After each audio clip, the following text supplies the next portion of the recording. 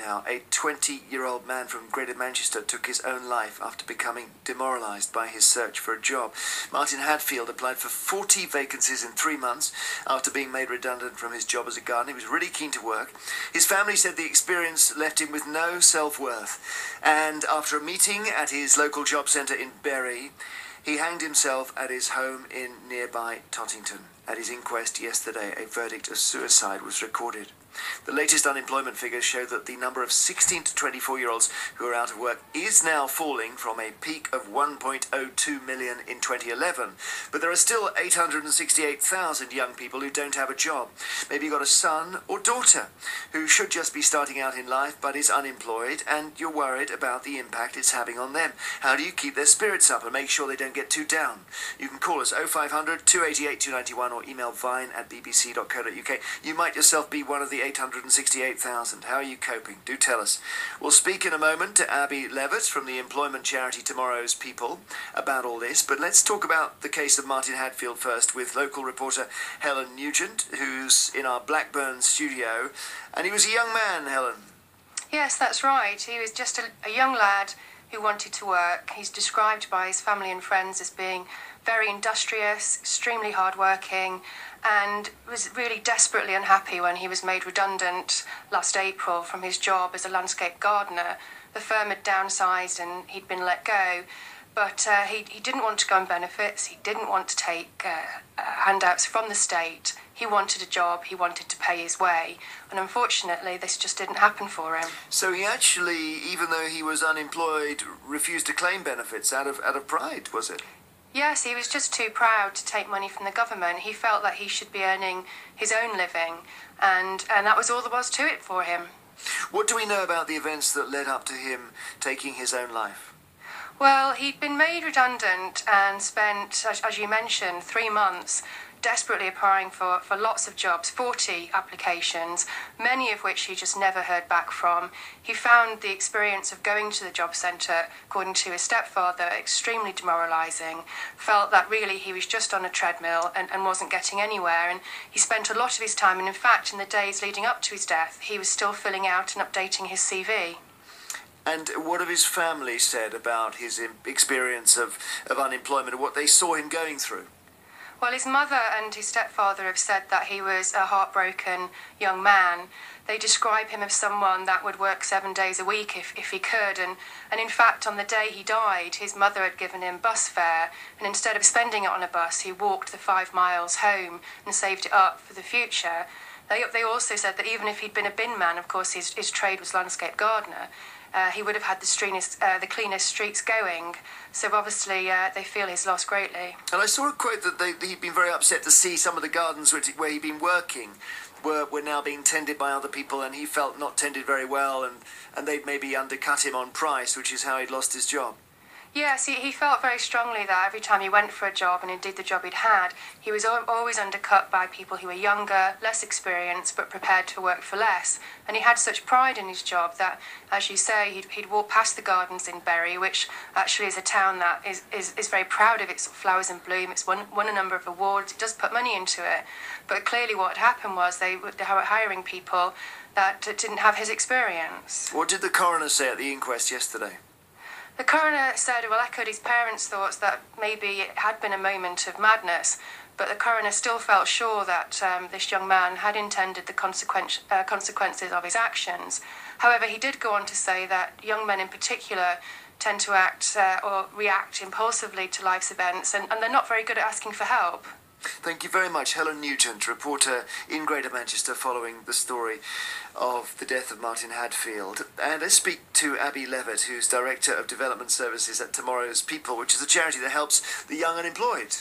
That's correct, Jeremy, and we've been doing it for 30 years this year, actually, and we work actually with 14 to 65-year-olds, so we've seen every case, we've seen every difficulty people face, but our job is to help people get into work. And focusing on the young, of course, at the age of 20, as Martin was, you maybe haven't got a fully formed view of yourself, so you're very susceptible to the knocks. Yeah, I think your reporter gave a very good summary. Martin is a good reflection, unfortunately, of what happens to young people. Confidence and motivation absolutely plummet. They don't have the depth of resource or often the network or connections to help them move forward. And, it hits them very hard. And despite all the press coverage, I think the press give the young people a very hard time. Most young people, the vast majority, are ready, willing, if not always able to work, and that's people like us, that's our job, but extremely passionate about getting on in the world and making a contribution. Well, Chris Newell from Blackburn spoke to the BBC in January, and he's someone, again, struggling for work, and he talked about how it was affecting him. I found it hard, finding a proper job because there weren't any around. I just got into a cycle of staying in bed because I had nothing to wake up for. And then I began noticing my mental health getting worse and worse. Like, I became depressed and anxious. When I went out in public, it got to a point when I felt paranoid and edgy around people. Even leaving the house was a struggle. Even going to the shop was a struggle. My confidence was going lower and lower. I felt suicidal at times because I felt worthless. And it just went on, and I weren't getting anywhere. Now, 20, 30 years ago, people would say get out of bed and get on your bike and all that, but now we realise what he's describing there is another side to this, which is mental ill health. And there is an awful lot of research coming out. In fact, there was several big articles this weekend in the Sunday papers about mental health in young people. And young people, the incidence of depression and Jed, hi Hannah, and we're just talking about your son, your daughter, and the struggle for work, and you see it maybe starting to affect their self-esteem. Well, I guess when you're 20, you don't necessarily have a lot of self-esteem anyway. You're still building it. I'm just remembering myself. Hannah in Bridgend says, my son is 22, he's been trying to find work for 2 years.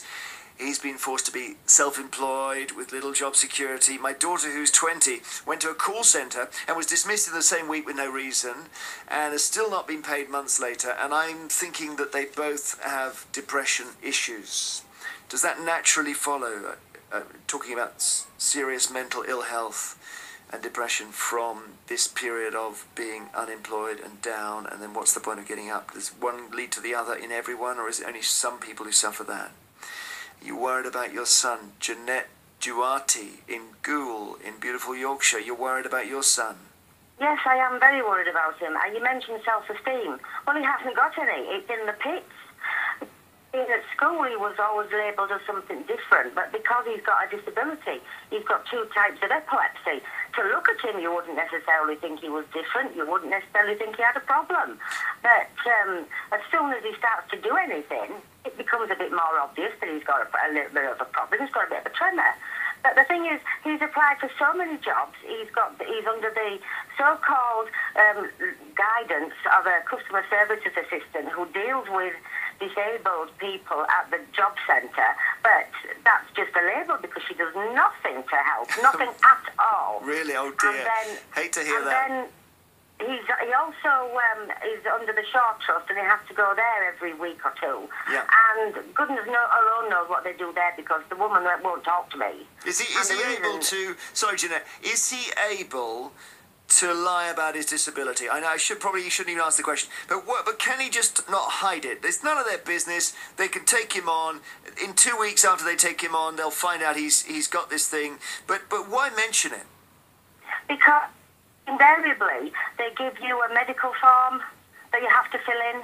Okay. And if you've suffered from this in the past and that in the past and blah, blah, blah. I mean, I used to work for Presto Safeway that then turned into Morrisons. Yeah. And when Morrisons came to go, there were 500 applicants for the positions in that little store. And my son Callum was one of the boys who actually got an interview. We were absolutely over the moon with this. We thought this is fantastic. And what happened? They gave him they got the interview, and at the interview they gave him the medical form, and we never heard from them again. Oh. And well, how is he? Sorry, you were unsuccessful. Nothing. No, I gather that's the way of the world these days. They don't reply. How is he in his spirits?